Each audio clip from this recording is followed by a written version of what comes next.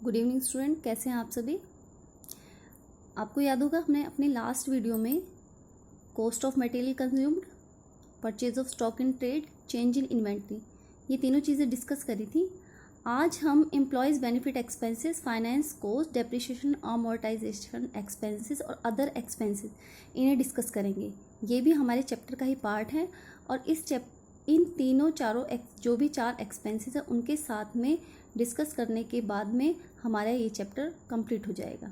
ठीक है, तो इन्हें डिस्कस करते हैं हम।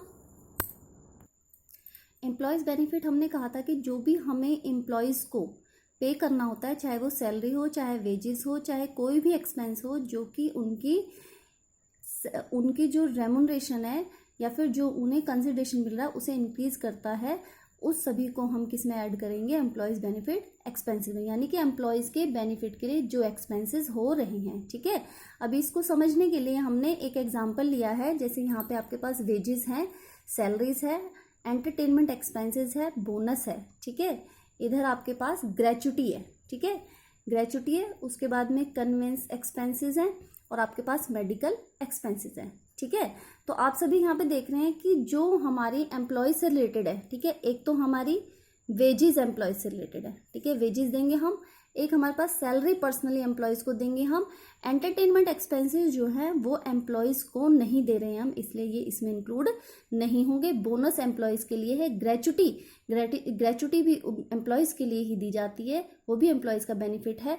ठीक है, कन्वेंस एक्सपेंसेस से एम्प्लॉयज़ का कोई मतलब नहीं है और जो मेडिकल फैसिलिटीज़ है वो भी एम्प्लॉयज़ को दी जाती है। ठीक है, तो इसका मतलब है एंटरटेनमेंट एक्सपेंसेस और जो कन्वेंस है, ये दोनों चीज़ें जो हैं ये एम्प्लॉयज़ बेनिफिट में नहीं आती। ठीक है, तो आप अगर इन्हें कैलकुलेट करेंगे तो ये कितना बनेगा, देखिए स्टूडेंट, ये आप इस तरीके से कैलकुलेट करेंगे। ठीक है, तो ये आपका टोटल कितना बन जाता है, आपका 250, 360, 610, 650।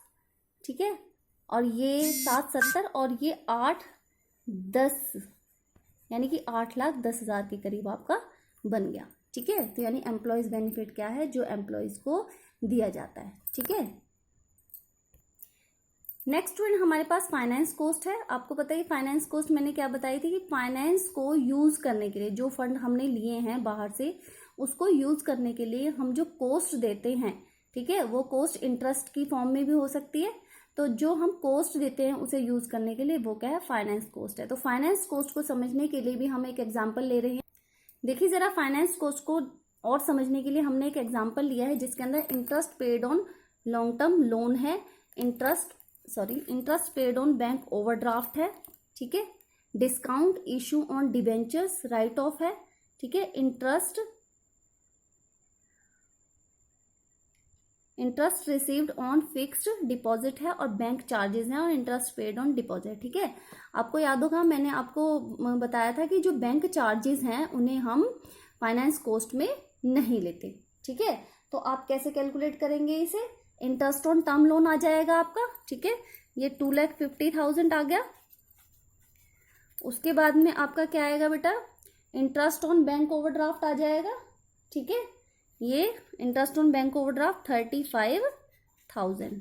ठीक है, उसके बाद में आपका discount on issue of debenture write off आ जाएगा, क्योंकि यहाँ पर ये भी हमारा एक तरह से एक्सपेंस है क्योंकि हमें डिस्काउंट देना पड़ रहा है।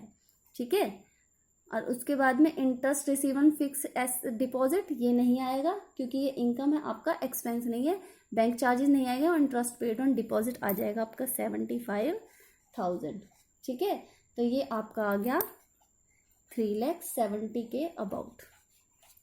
ठीक है स्टूडेंट, आई होप ये आपको समझ में आ गया होगा फाइनेंस कॉस्ट कैसे निकालेंगे, जो फाइनेंस के लिए हम कॉस्ट पे कर रहे हैं। ठीक है, जो इंटरेस्ट दे रहे हैं हम, जो इंटरेस्ट पे कर रहे हैं, या जो भी हमें नुकसान हुआ है, बैंक चार्जेस को हम नहीं लेंगे इसके अंदर। अभी देखिए स्टूडेंट, इसके अंदर जो लास्ट है डेप्रिसिएशन अमोर्टाइजेशन, हमें पता है कि डेप्रिसिएशन किससे रिलेटेड होता है, हमारा डेप्रिसिएशन रिलेटेड होता है हमारा टेंजिबल एसेट से, और जो हमारा अमोर्टाइजेशन रिलेटेड होता है वो किससे रिलेटेड होता है, हमारा इंटेंजिबल एसेट से। ठीक है, तो डेप्रिसिएशन अमोर्टाइजेशन को कैसे कैलकुलेट करेंगे, हम इंडिविजुअली कर लेते हैं कि जो इंटेंजिबल एसेट्स पे उसे अलग कैलकुलेट कर लेंगे और जो टेंजिबल पे वो अलग कैलकुलेट हो जाएगा। ठीक है, जैसे कि हमारा डेप्रिसिएशन और बिल्डिंग है, तो ये आपका 500, ठीक है, ये डेप्रिसिएशन है, डेप्रिसिएशन, ठीक है। और प्लांट एंड मशीनरी पे क्या है 25,000, ठीक है, इसको, और साथ में कंप्यूटर 60,000, ठीक है। तो डेप्रिसिएशन का टोटल कर लीजिए, ये आपका आ जाएगा डेप्रिसिएशन का टोटल, ठीक है। अब अमोर्टाइजेशन का टोटल करिए। अमोर्टाइजेशन ये इंटेंजिबल एसेट्स पे होता है, तो ये आपका देखिए गुडविल है, तो गुडविल पे कितना आया है 7,500, और उसके बाद पेटेंट्स पे कितना आ गया 12,500, ठीक है।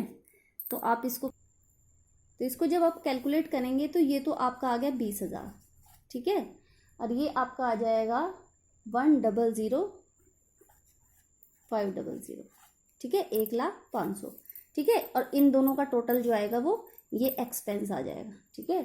तो ये आ गया आपका 1,20,500, ठीक है।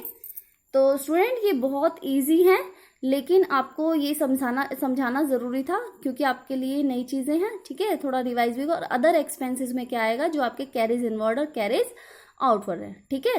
तो आई होप ये वीडियो आपको पसंद आई होगी। आप इसे लाइक करिए, शेयर करिए और कमेंट करिए। और इसी वीडियो के साथ ये चैप्टर आपका कंप्लीट हो गया है। नेक्स्ट चैप्टर जो हम स्टार्ट करेंगे वो होगा हमारा cash flow statement. Thank you so much.